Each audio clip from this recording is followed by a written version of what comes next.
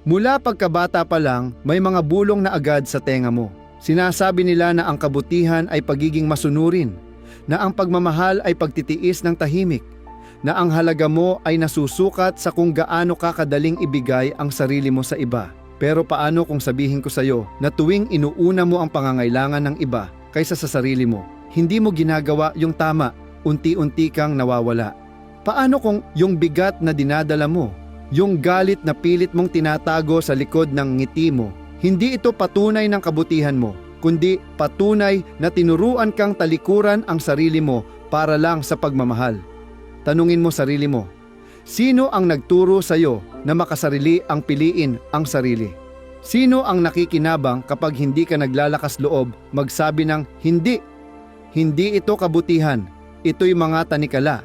Tanikalang dahan-dahang winawasak ang pagkatao mo hanggang wala nang matira, kundi yung taong nabubuhay para sa iba pero hindi para sa sarili.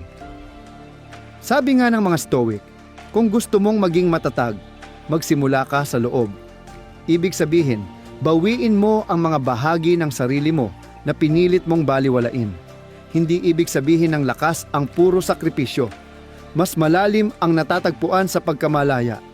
At kung itong katotohanan na ito ay parang apoy na sumusunog sa mga kasinungalingang pinaniwalaan mo noon, sana maisip mong piliin ang sarili mo dahil dito talaga nagsisimula ang totoong pag-unlad, sa pagtigil ng paghihintay ng pahintulot para maging buo ka.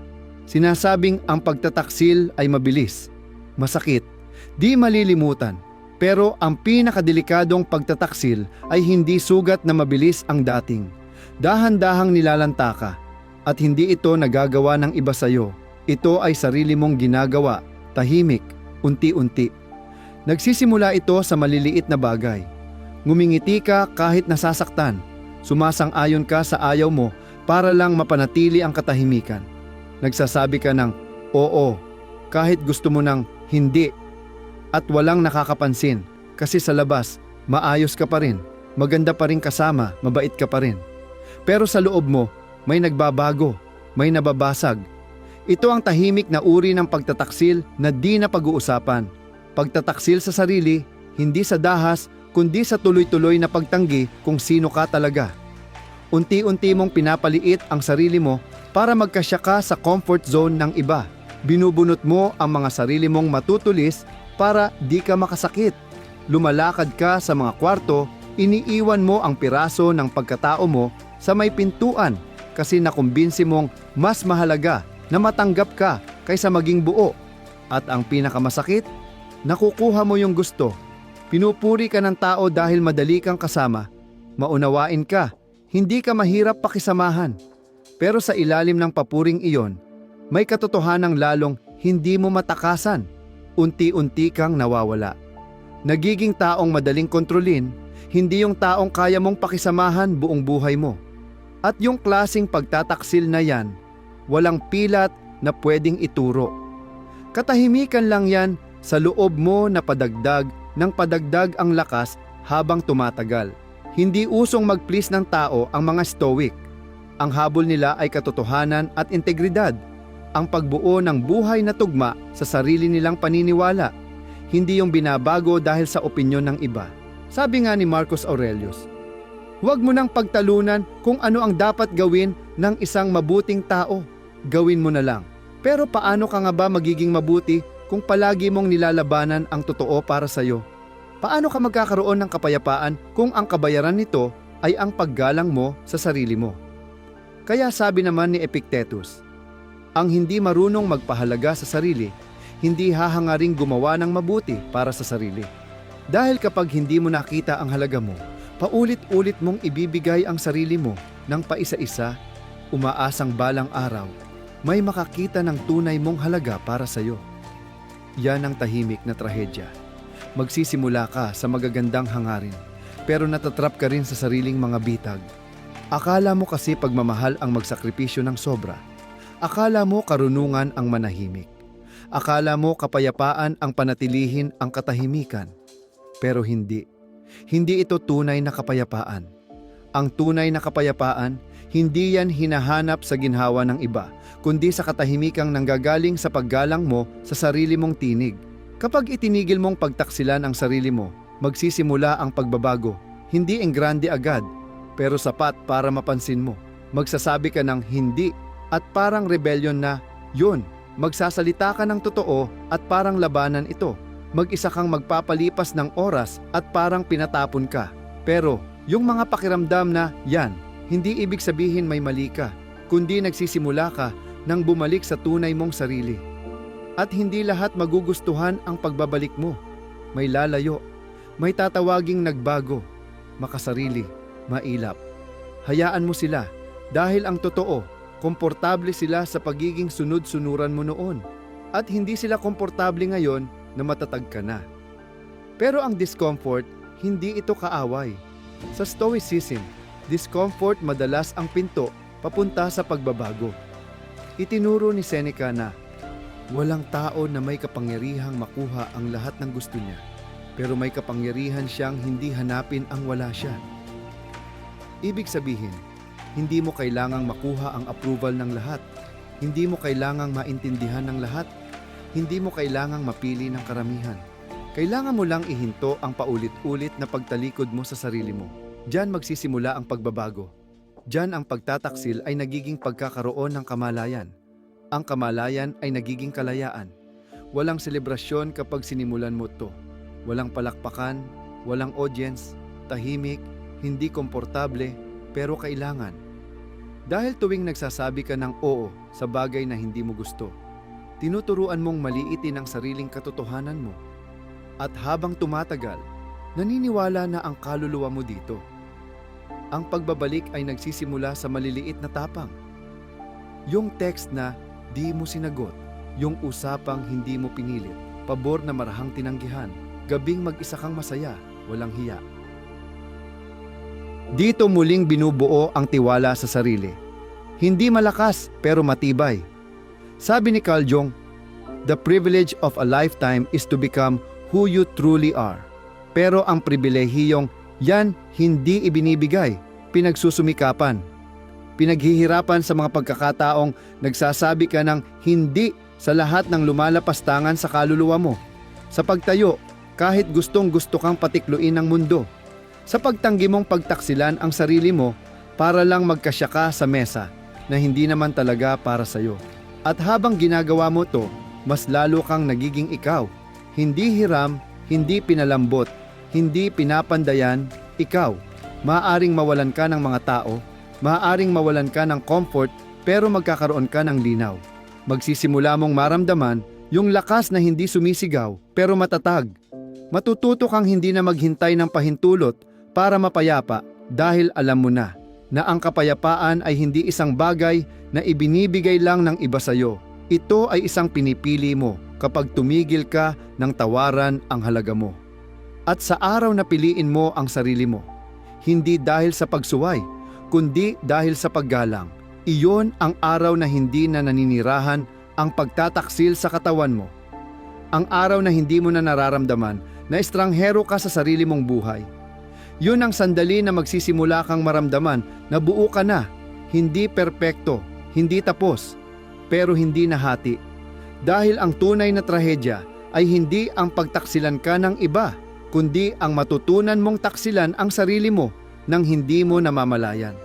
Pero ang totoong kapangyarihan, nagsisimula yon sa sandaling mapansin mo ito at piliing hindi na bumalik. May klaseng pag-ibig na natutunan natin na parang noble, minsan poetic. Yung bibigay ka ng lahat, maghihintay ng matiisin, magtitiis ng walang reklamo, at tinatawag mo yung debosyon. Pero paano kung hindi pala talaga yon pag-ibig? Paano kung dependency lang iyon na pinaganda ng kabutihan? Maraming tao ang hindi naman talaga umiibig. Nahuhulog sila sa pangangailangan, sa ugali, sa tahimik na kasunduan na nagsasabing, iiwanan ko ang sarili ko basta huwag kang umalis. Tinatawag natin yung sakripisyo, katapatan, pero sa ilalim lahat ng yon, madalas takot lang. Takot mag-isa, takot na hindi kailangan, takot maging parang wala kung walang iniikutan. Kaya ibinubuhos natin lahat ng meron tayo Umaasang may makakapansin ng basyo at pupunuin ulit. Pero kadalasan, hindi ganun ang nangyayari. At kapag hindi tayo nagagalit, lalo lang tayong lumiliit. Nagrarason tayo, sinasabi may pinagdadaanan lang sila. Or baka kung mas mahalin ko pa, mamahalin din nila ako. Pero ang pag-ibig na hinihingi na mawala ka bilang ikaw, hindi yon pag-ibig, survival yon. Sabi ni Carl Jung, ang pinakanakatatakot na bagay ay tanggapin ang sarili mo ng buo. At siguro, doon nagsisimula lahat. Maybe hinahanap natin yung kakulangan natin sa iba.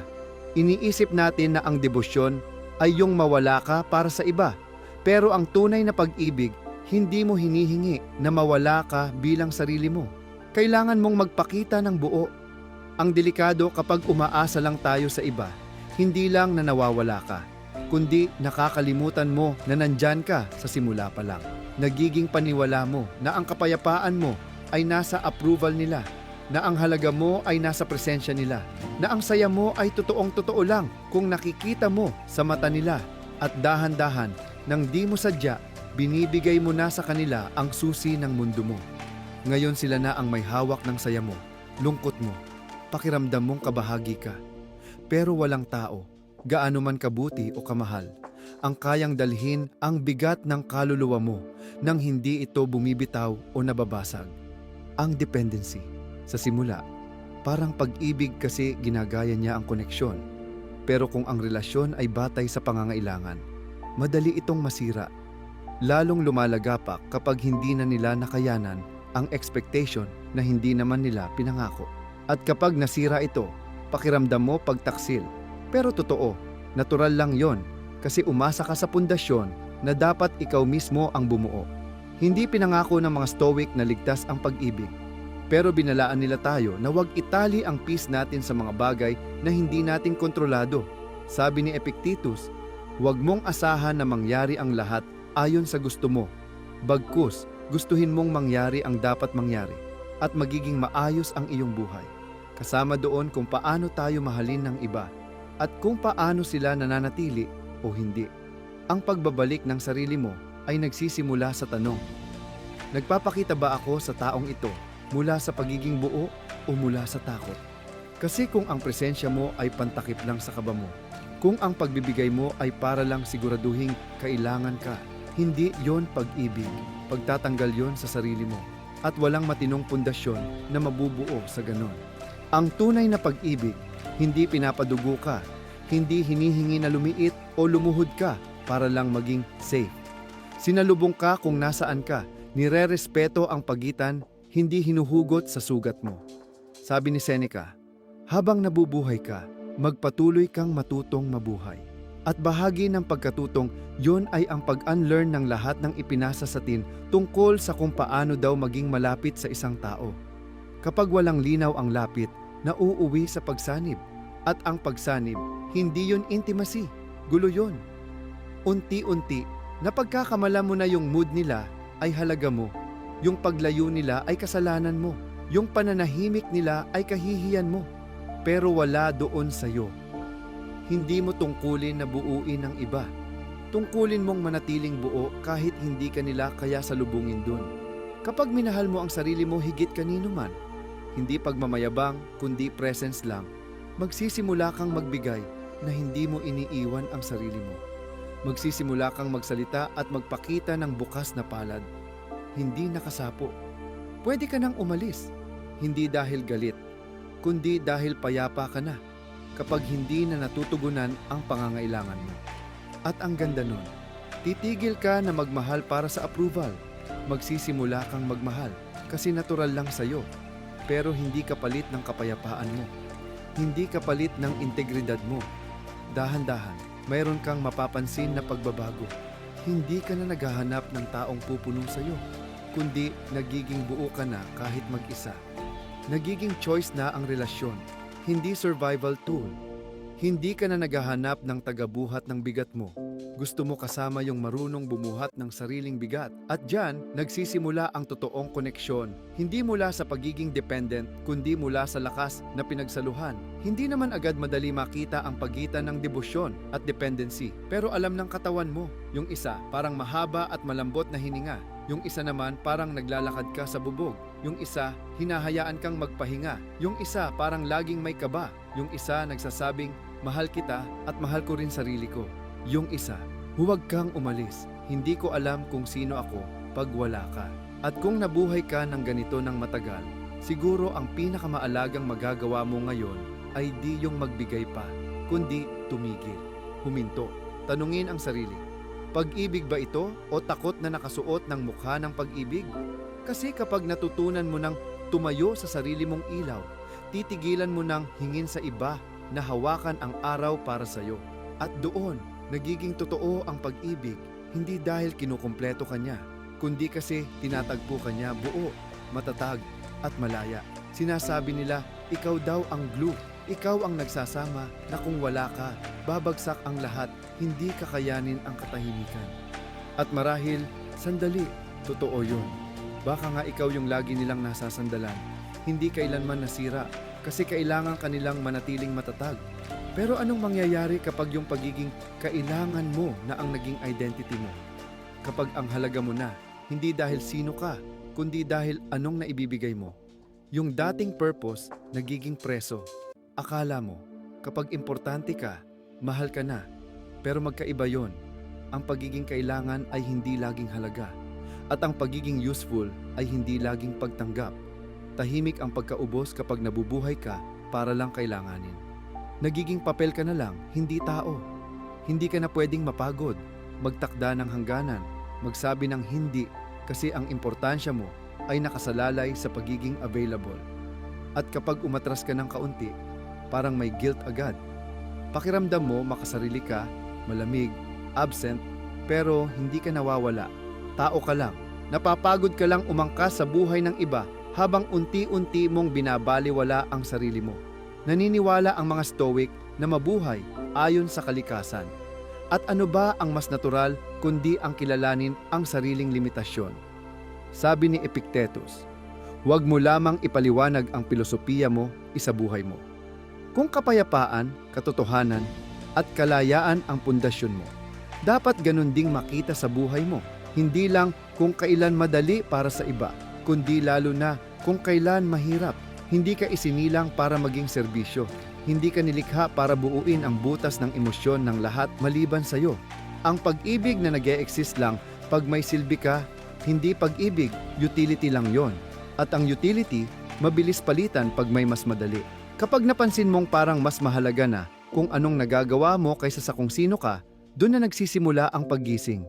Sa una, masakit, mag-isa, pero ganun talaga ang clarity.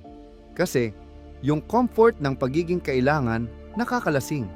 Akala mo mahalaga ka, akala mo pinili ka. Pero ang love na base sa survival, hindi koneksyon. Transaksyon lang na ginayakan ng damdamin.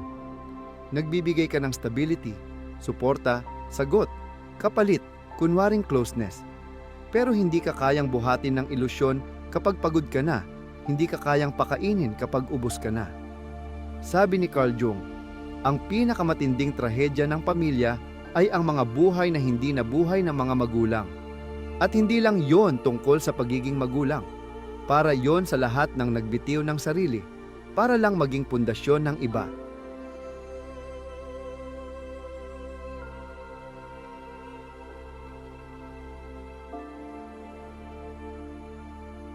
Kung ang presyo ng pagmamahal ay kalayaan mo, hindi relasyon yon, arrangement yon. At ang arrangement, pangkabuhayan, hindi pangkaluluwa. Kaya ano mangyayari kapag huminto ka sa pagiging tagapag-ayos, huminto kang sumasagot sa lahat ng tawag, huminto kang laging bukas sa mga tao na lumalapit lang paggulo na buhay nila? Minsan, mas malakas pa yung katahimikan na susunod kaysa sa alinmang papuri na natanggap mo dati. Kasi kapag nawala na yung usefulness mo, nawawala na rin ang atensyon. Pero hindi ito talo. Revelation to. Paalala ni Seneca, walang tao na mas hindi masaya kaysa sa taong di kailanman humaharap sa adversity. Kasi hindi siya nabibigyan ng pagkakataong patunayan ang sarili niya. At marahil isa sa pinakamalaking labang sasalubungin mo ay ang tanggalin sa sarili mo ang identity na kailangan. Para siyang abandonment, pero totoo, ito ay pagbubuo ng bago. Mapagtatanto mo na hindi dapat naging kondisyonal ang halaga mo. Hindi mo kailangang patunayan ang sarili mo sa pagod. Hindi mo kailangang isakripisyo ang pangangailangan mo para maramdaman mong mahal ka. Hindi mo kailangang maghintay ng tawag para lang may connection. Kapag mas minahal mo ang sarili mo kaysa kanino man, hindi mayabang kundi may pangunawa. Unti-unti mong mababawi ang buhay mo. Sisikatin mo ang sarili mo, hindi na base sa ibinibigay mo, kundi sa kung paano ka nananatiling totoo sa sarili. Hindi mo na hinahanap ang relasyon. Kapag tanging sa mga panahong may krisis ka lang pinahahalagahan, hindi mo na pinagkakapalit ang pagiging urgent sa pagiging malapit. Unti-unti mong pinapayagan ang sarili mong manahimik, tumigil, at maging hindi available ng walang guilt. At diyan nagsisimula ang pagbabago. Sa sandaling ma-realize mong karapat-dapat ka pa rin kahit walang nangangailangan sa iyo, na mahalaga pa rin ang katahimikan mo, na sagrado pa rin ang pahinga mo, na may bigat pa rin ang presensya mo kahit hindi ka aktibo. Doon mo mararamdaman na bahagi ng pagkilala sa sarili mo ang pagkaalam na hindi ka lang nilikha para punan ang pangangailangan ng iba. Ikaw ay kung anong pinoprotektahan mo, kung anong pinipili mo, kung anong pinapahalagahan mo sa katahimikan. Hindi mo kailangang maging kailangan para mahalin. Hindi mo kailangang maging hindi mapalitan para maging importante. Ang totoo, yung mga taong totoong nakakakita sa iyo, yung nagmamahal, hindi dahil sa ginagawa mo, kundi dahil sa kung sino ka. Hindi sila aalis kapag nagpapahinga ka. Hindi sila mawawala kapag nananahimik ka. Mananatili sila, hindi dahil kailangan kanila, kundi dahil pinipili kanila. Kaya bitawan mo na yung kasinungalingang sinasabi na ang halaga mo ay nakabase sa gamit mo. Hindi ka lang papel na kailangang gampanan. Ikaw ay kaluluwang kinakailangang makilala. At nagsisimula ang pagkilalang yon sa araw na itigil mong subukang maging lahat para sa lahat at simulang maging buo para sa sarili mo. Hindi dahil arugante ka, kundi dahil aligned ka. Hindi dahil mayabang ka, kundi dahil payapa ka. Ang pagtanggi may kurot na tumatagal. Kahit matagal nang lumipas ang sandali, hindi lang siya basta nasasaktan ka, kundi nagbaon siya hanggang sa pagkatao mo. Napapaisip ka ng tahimik na tanong na naging dahilan para lumiit ang kumpiyansa mo. Hindi ba ako sapat? May nagawa ba akong mali? Ano pa kaya ang pwede kong nagawa? Habang dumadami ang tanong, lalong lumalalim ang istorya, lumalaki ang duda, at ang bigat ng hindi pagpili sa'yo parang naging hatol sa halaga mo. Pero paano kung hindi mismo ang pagtanggi ang masakit, kundi ang kahulugang binibigay mo rito?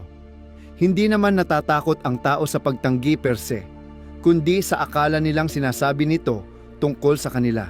Sa mundo kung saan madalas sinusukat ang halaga sa pag-aproba ng iba, ang ma-overlook ay parang burado ka na.